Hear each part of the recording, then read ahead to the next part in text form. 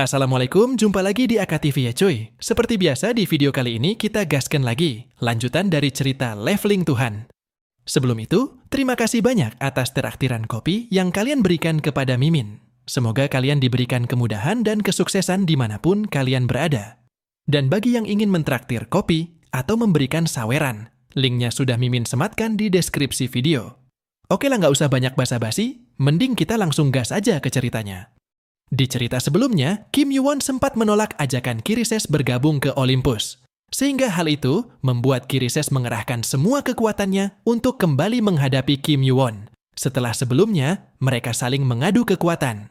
Melihat Kirises mengerahkan semua kekuatannya, Kim Yoo-won sempat bertanya, apakah kau pikir mampu melanjutkan pertarungan menghadapi dirinya? Sontak Kirises tertawa. Dia tidak habis pikir akan mendengar perkataan itu dari player baru. Tapi di sisi lain dia berpikir, dalam 100 tahun ke depan, mungkin dirinya bisa menceritakan kejadian ini dengan bangga. Menyombongkan diri, kalau dirinya bertarung melawan Kim Yoo-won di lantai 1. Melawan seseorang yang sudah jelas akan melampaui ranker di masa depan.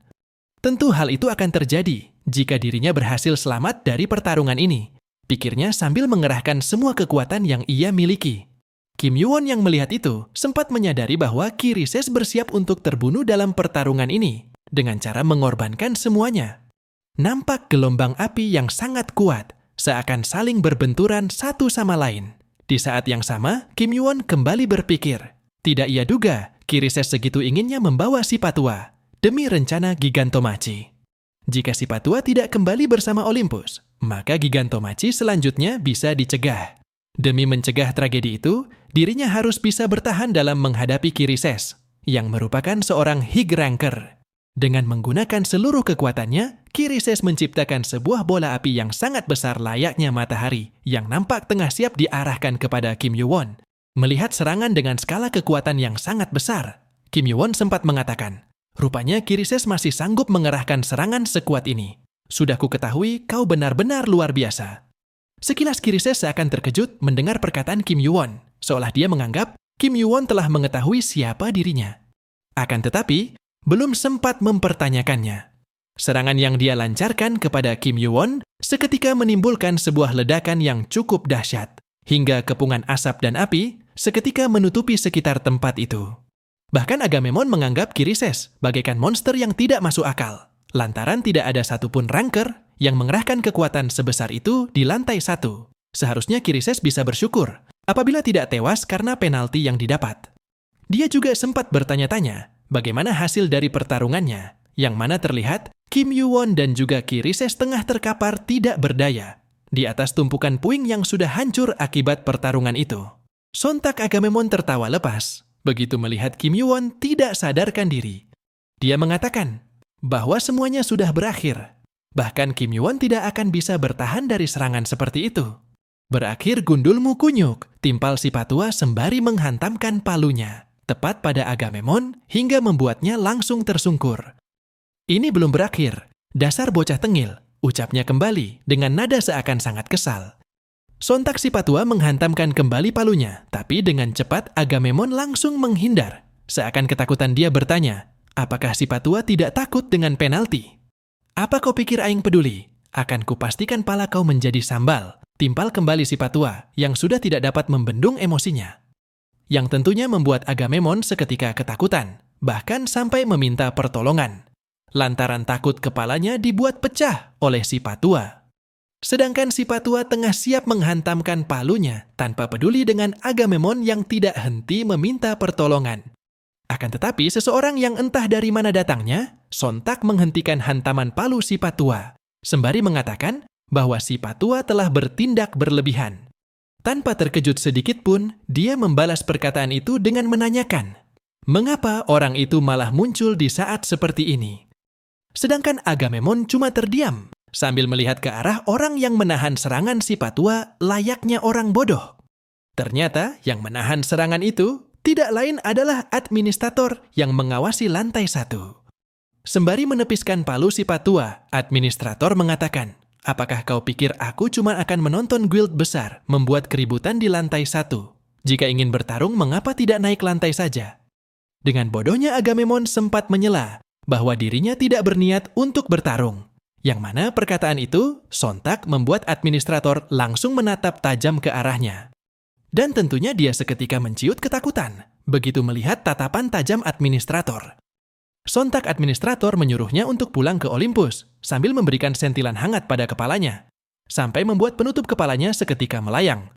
Sambil menanamkan sebuah simbol di kepala Agamemnon, administrator memberikan sebuah pesan untuk Zeus. Jika Zeus melakukan tindakan seperti ini lagi, maka dirinya sang administrator tidak akan segan mencabut jenggot kesayangan Zeus dengan tangannya sendiri. Setelah itu, administrator langsung menyuruh Agamemnon pergi dan menyampaikan pesannya kepada Zeus. Sedangkan di samping itu, si Patua nampak menertawakan Agamemnon yang terlihat seperti pecundang. Karena administrator menanamkan simbol itu pada kepalanya, tidak ada pilihan lain, dia mesti menyampaikan pesannya kepada Zeus. Tentunya hal itu juga membuat si Patua nampak senang, lantaran ini adalah kekalahan total bagi Olympus. Singkat cerita, beberapa waktu saat Kim Yuwon akan menerima serangan terkuat yang dilancarkan oleh Chryses. Telur yang belum diketahui jenisnya tiba-tiba menunjukkan sebuah reaksi dengan cara menunjukkan taringnya kepada Kim Yuwon. Pada saat itu, dia sempat berpikir akan sangat berbahaya, lantaran dia tidak mengetahui apakah telur itu berusaha untuk melahapnya ketika dirinya dalam kondisi yang lemah, ataukah telur itu berusaha untuk melindunginya. Dan dirinya yang saat ini baru tersadar, sempat kebingungan sejak kapan ia tidak sadarkan diri. Dan ketika dia bangkit dari tidurnya, si Patua tiba-tiba sudah berada tepat di depannya. Beberapa saat kemudian, si Patua akhirnya memberitahukan siapa dia yang sebenarnya. Meski di sisi lain, Kim Yuwon telah mengetahui bahwa si Patua adalah Hephaestus, seorang blacksmith dari Olympus. Melihat reaksi Kim Yuwon yang nampak tidak terkejut, si Patua sempat berpikir jika Kim Yuwon telah mengetahui siapa dirinya yang sebenarnya. Awalnya dia juga berpikir Kim Yuwon merupakan bagian dari Olympus. Tapi sekarang ia yakin Kim Yuwon bukanlah dari sana. Dan juga fakta bahwa Kim Yuwon bukanlah player biasa. Karena dirinya adalah orang yang membalas 10 kali lipat perbuatan musuh dan juga temannya. Dia pun meminta Kim Yuwon untuk menunggu beberapa hari. Dirinya akan membuatkan sebuah pedang terbaik untuk Kim Yuwon. Mendengar itu, Kim Yuwon sempat berpikir, ketika pedangnya selesai, maka dirinya akan langsung naik menara. Lalu dia mengatakan, akan ia nantikan hal itu. Singkat cerita, beberapa hari kemudian, Kim Yuwon yang sudah pulih, kembali melakukan perburuan untuk menaikkan levelnya. Sekilas dia berpikiran akan menghadapi Olympus setelah lantai 10. Tapi ternyata pemikirannya itu sudah keluar jalur. Namun meski begitu tetap sangat menguntungkan bagi dirinya. Dan mulai sekarang, Olympus akan sangat berhati-hati karena administrator. Jadi akan sulit bagi mereka masuk kembali ke lantai 1. Dan lagi sekarang hubungannya dengan si Patua sudah seperti di kehidupan pertama. Dan lagi semua ini akan menjadi faktor menguntungkan untuk Gigantomachie yang kedua. Tapi Pure Dark Divine Crystal yang ia miliki lumayan sulit untuk dikendalikan. Perbedaan kekuatan dengan Helm of Invisibility yang digunakan Hades sungguh terasa. Meskipun ini berbeda dari Helm of Invisibility sempurna, tapi dirinya belum mengetahui apakah perbedaannya ada pada pengguna item ini. Ia menyadari ada 3 perbedaan setelah penyulingannya, yang mana deskripsi belum disuling sudah menghilang, dan resistensi tingkat amplifikasi dan pemakaiannya naik semua. Dan yang terakhir adalah Hell Summon, kata-kata neraka yang melambangkan Hades, sesuatu yang hampir seperti sumber kekuatannya. Melihat ada deskripsi limited, mungkin dirinya bisa mengeluarkan kekuatan penuh. Meski begitu, hal ini memberinya pandangan pada kekuatan sejati dari Dark Divine Crystal. Dark Divine Crystal itu lebih ke arah katalis, yang mengeluarkan kekuatan daripada objek yang mengandung kekuatan. Setelah menggunakan seharian, dirinya sudah mulai terbiasa menggunakan kekuatan ini. Singkat cerita, beberapa waktu kemudian, Kim Yuwon kembali mendatangi workshop si Patua yang baru disewa untuk membuat pedang miliknya. Tanpa banyak basa-basi, si Patua langsung memberikan sebuah pedang baru yang telah selesai dia buat. Tetapi tidak cuma sebuah pedang, si Patua juga memberikan sebuah kotak kecil kepada Kim Yuwon. Namun ketika membuka kotak tersebut, Kim Yuwon tidak mendapati apa-apa di dalamnya. Mengetahui bahwa kotaknya kosong, Kim Yuwon sempat memasang tampang bodoh dan bertanya, apakah itu adalah kotak kejutan karena tidak ada apapun di dalamnya? Sontak si Patua memintanya untuk melihat isi kotak itu secara baik-baik. Dan ternyata di dalam kotak itu terdapat sesuatu yang sangat transparan, sehingga Kim Yoo-won mengira bahwa kotaknya kosong. Yang mana benda itu adalah invisible glove, atau item sarung tangan yang dibuat setipis mungkin. Dengan menggunakan material khusus, dan item itu juga dapat mengalirkan mana. Begitu memakai itemnya, dia merasa seakan tidak memakai apapun. Ia tidak menyangka, si Patua akan memberinya item yang dibuat jadi kasat mata, dan bahkan dibuat menggunakan mitir yang mahal. Dan tepat setelah memakainya, Dark Divine Crystal tiba-tiba muncul di bagian punggung telapak tangannya. Seolah item itu sengaja dibuat untuk memudahkan Kim Yoo-won menggunakan Dark Divine Crystal. Kemudian Kim Yoo-won membuka penutup kain yang membungkus pedangnya untuk melihat bagaimana bentuk pedang barunya. Dan begitu mencabut pedangnya, dia seakan terkejut karena tidak ada kecacatan sedikit pun pada pedang itu. Bahkan dia bisa merasakan ketajaman pedangnya cuma dengan menyentuhnya saja. Dia merasa pedang itu sangatlah luar biasa. Tepat di saat memikirkan hal itu, si Patua meminta Kim Yoo-won untuk memberikan sebuah nama pada pedangnya. Sekilas dia berpikir, pedang berwarna hitam gelap dari serbuk Dark Divine Crystal, yang benar-benar menyelimuti warna hijau mitir, dan juga efek pedangnya yang sangat luar biasa. Dia pun memberi nama Edge of Nightfall pada pedang barunya. Beberapa waktu kemudian, si Patua sempat bertanya, apakah Kim Yoo-won akan segera menaiki menara? Dan Kim Yoo-won menjawab, tentu saja dirinya akan naik. Lalu si Patua kembali bertanya, bagaimana dengan Olympus? Kim Yoo-won kembali menjawab dengan penuh keyakinan bahwa dirinya akan menghancurkan Olympus. Bahkan dirinya akan menghancurkan Olympus, dari yang di atas sampai ke lantai 1. Mendengar keyakinan yang Kim Yoo-won tunjukkan, dia sempat berpikir, meski terbawa arus yang deras, Kim Yoo-won tidak terlihat goyah sama sekali. Sungguh bocah yang aneh yang tidak memiliki keraguan dan rasa takut. Sekilas Kim Yoo-won mengingat di kehidupan sebelumnya, si Patua sempat memberikan sebuah pedang yang terbuat dari adamantium, dikarenakan ia telah kehilangan pedangnya. Si Patua mengatakan, jika Kim Yoo-won ingin mengalahkan Outer God, setidaknya Kim Yoo-won membutuhkan pedang itu. Namun pandangan Kim Yoo-won sempat teralihkan pada tangan si Patua yang nampak terluka. Lalu Kim Yoo-won lantas bertanya, apakah si Patua melelehkan palunya dan menggunakan tangannya sebagai palu untuk menempa pedang itu? Akan tetapi si Patua tidak memberikan jawaban yang jelas, dan dia hanya menyuruh Kim Yoo-won mengambil pedangnya. Mengingat bagaimana pengorbanan si Patua di kehidupan sebelumnya, Kim Yoo-won sempat berpikir, pada dasarnya si Patua telah memberikan sebuah jantung kepada dirinya, dan dirinya merasa sangat senang bisa bertemu kembali di kehidupan ini. Lalu dia membungkukkan tubuhnya, sebagai tanda terima kasih kepada si Patua. Sementara itu keadaan berpindah ke suatu tempat, yang mana tempat itu adalah Kolosium, sebuah tempat untuk melakukan tes ujian di dalam menara. Di salah satu ruangan, nampak salah seorang penguji bernama Shuri, tengah sibuk melihat-lihat dokumen setiap player yang melakukan tes. Sembari memakan suatu cemilan, dia sempat membaca informasi tentang Kim Yoo-won. Menurut informasi yang didapat, Kim Yoo-won adalah orang yang mencatat rekor baru di tutorial, dan potensinya diukur setinggi rank S. Dia menganggap, belakangan ini ada banyak pemula hebat yang datang ke menara. Walaupun Hargan layak diperhatikan karena kemampuan hebatnya, tetapi Kim Yoo-won berhasil melampaui Hargan dan mendapatkan peringkat pertama. Bahkan saat ini, Kim Yoo-won datang seorang diri untuk melakukan tes. Dia berpikir, apakah mungkin tidak ada yang dapat menandingi Kim Yoo-won di lantai pertama? Menurutnya, walaupun Kim Yoo-won dikenal yang terkuat, tetapi tempat itu tidak akan hancur. Bahkan bisa menahan pertarungan antar ranker, jadi Kim Yoo-won bisa mengamuk dengan sepuasnya. Sementara itu, Kim Yoo-won telah masuk ke arena tes. Sebuah tes yang mengukur kekuatan seseorang, kualitas mendasar seorang petarung. Sebuah tes sederhana yang mengharuskan peserta mengalahkan lawannya. Begitu masuk ke sana, dia sempat melihat ke arah papan peringkat, yang mana di peringkat pertama ada Son Oh-gong, kedua Hercules, ketiga Odin, dan keempat Asura. Dan di sana juga terdapat nama Hargan, yang berhasil mencapai ronde 16. Rekor yang cukup tinggi ketimbang dia di kehidupan sebelumnya. Mungkin rekor itu lebih tinggi ketimbang sebelumnya, dan ia juga tidak mengetahui di lantai berapa Hargan saat ini, tapi dirinya juga akan segera menyusul ke sana. Di tes pertama, Kim Yoo-won diharuskan mengalahkan monster orc yang cukup kuat.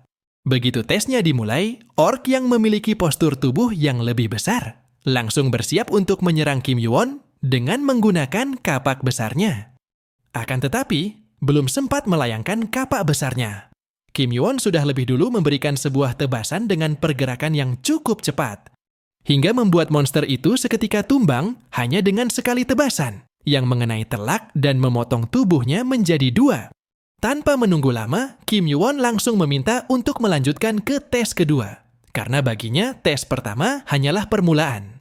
Sedangkan Shuri yang melihat bagaimana Kim Yoo-won mengalahkan lawannya sontak tercengang seakan tidak percaya.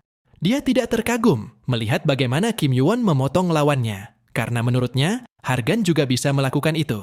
Tetapi bukankah ini adalah momen bersejarah, karena Kim Yoo-won bahkan lebih cepat dari Son Oh-gong, sosok yang dijuluki The Great Sage.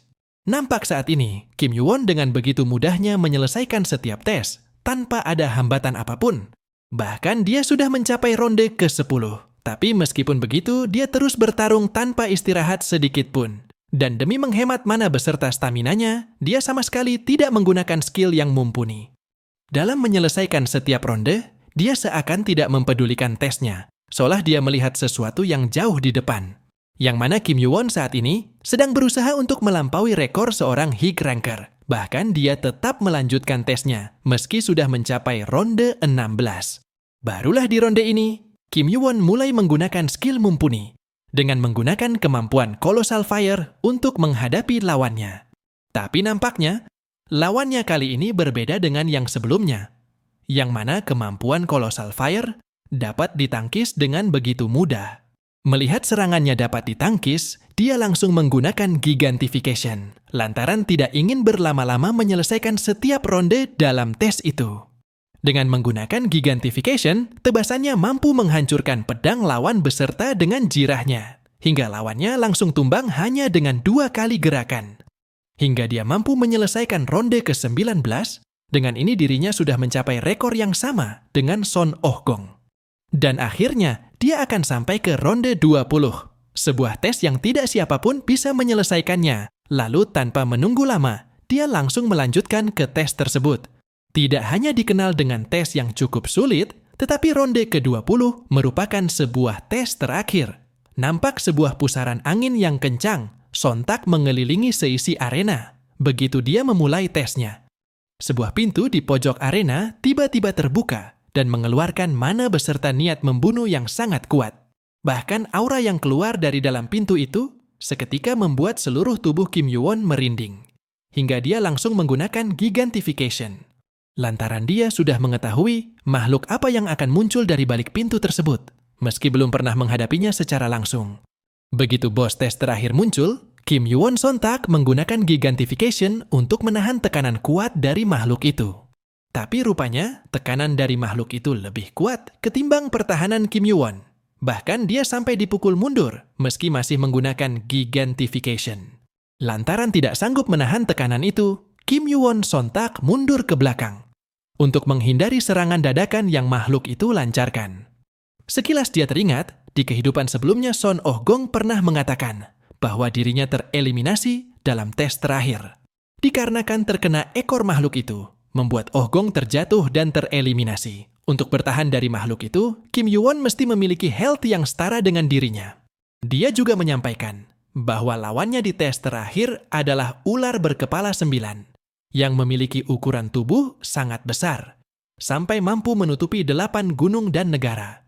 Makhluk yang mendekati mythical atau demonic beast, atau bahkan mendekati seekor naga, dan pecahan kuno dari Outer God, makhluk yang sudah disegel oleh Susanoo sejak lama. Seperti yang disampaikan oleh Oh-gong, tidak habis pikir makhluk itu akan ada di tes lantai pertama. Dia juga tidak menyangka administrator akan bertindak sesuka hati, yang mana makhluk itu adalah seekor naga kuno, yang disebut Yamato no Orochi berkepala 8. Di situasi ini Kim Yoo-won sempat bertanya-tanya tingkat kesulitan seperti apa yang sedang ia hadapi. Tetapi dikarenakan ini adalah tes lantai pertama, Orochi hanya memiliki 1 kepala dan ukuran tubuh sedikit lebih kecil. Meski begitu, kekuatan Orochi tetaplah tidak bisa dianggap remeh. Seperti yang disampaikan Oh-gong, kepalanya cuma 1 dan ukurannya lebih kecil. Tetapi dengan tubuhnya yang sekarang, satu kesalahan saja akan langsung membawanya kepada kematian. Untuk menghindari hal itu, dia tidak memiliki pilihan selain menjaga jarak dan memanfaatkan peluang sebaik mungkin untuk melakukan serangan fatal. Sambil menunggu kesempatan itu muncul, dia tidak henti berlari dan menghindari setiap serangan dari Orochi. Tidak hanya itu, dia juga sesekali memberikan beberapa tebasan kuat sambil terus menghindar. Meskipun tebasan yang dia berikan tidak dapat melukainya sama sekali. Bahkan dia tidak menyerah untuk memberikan berbagai serangan, selagi dirinya memiliki peluang. Dan nampak dia sontak melompat tepat ke atas kepala Orochi. Sembari melapisi pedangnya dengan kemampuan Divine Crystal, dia sempat mengatakan bahwa Orochi yang ia kenal memiliki pergerakan berbeda ketika di Outer God. Lalu dia langsung memberikan sebuah tebasan kuat tepat pada bagian kepalanya. Namun tebasannya masih belum cukup untuk melukai kepala Orochi. Sontak dia kembali menjauh setelah serangannya tidak berdampak apapun, sebelum dirinya terkena oleh serangan. Sembari kembali melancarkan tebasan, pada bagian yang lain dia sempat berpikir, padahal pedangnya sudah dialiri oleh kekuatan Divine Crystal, tetapi kulit dan sisiknya sangatlah keras, sehingga serangannya cuma memberikan sedikit goresan. Jika dipikir-pikir lagi, hal ini memanglah sebuah tes yang sangat mustahil untuk diselesaikan, karena lawannya bukanlah makhluk yang biasa, melainkan makhluk yang lebih kuat dari seorang Ranker. Tetapi dia mengetahui satu hal, bahwa Menara tidak pernah memberikan sebuah tes yang tidak bisa diselesaikan oleh player. Dan dirinya harus bisa menemukan titik lemah, yang seharusnya tertinggal di salah satu bagian tubuh Orochi. Sementara itu, di saat yang sama, Shuri tengah menyaksikan secara langsung bagaimana Kim Yuwon menghadapi lawannya di tes terakhir. Sekilas dia sempat keheranan, Kim Yuwon sudah cukup lama tidak memberikan sebuah serangan, dan hanya bergerak ke sana kemari menghindari Orochi. Dia sempat menyangka bahwa Kim Yuwon telah menyadari kegagalannya dalam tes terakhir. Meski begitu, Kim Yuwon sudah mendapatkan pencapaian yang luar biasa, cuma dengan melukai Orochi. Namun belum lama sejak dia berpikiran seperti itu, dia sontak dikejutkan dengan apa yang dia lihat. Ternyata dia melihat Kim Yuwon sama sekali belum menyerah untuk menghadapi Orochi. Yang ada Kim Yuwon tanpa ragu terus bergerak ke arah Orochi, seakan begitu bertekad untuk mengalahkan lawannya dalam tes terakhir ini.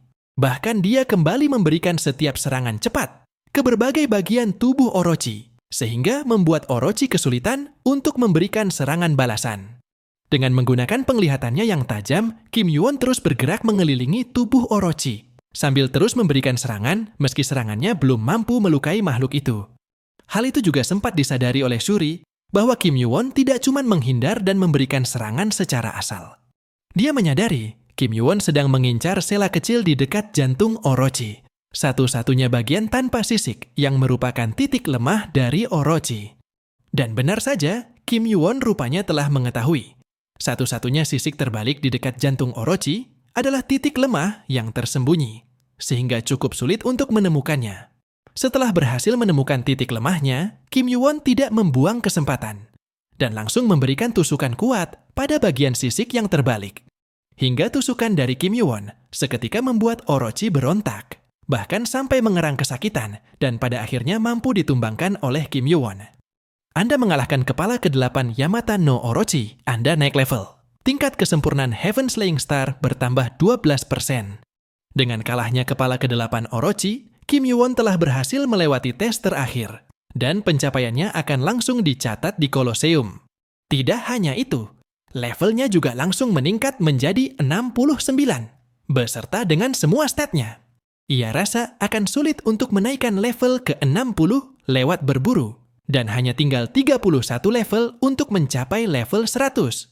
Tidak ia sangka, kecepatan levelingnya lebih cepat dari yang diperkirakan.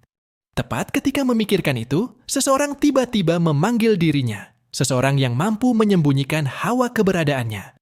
Yang mana orang itu adalah Shuri, seorang elf perempuan yang terlihat cantik dengan 6 pedang di belakang punggungnya.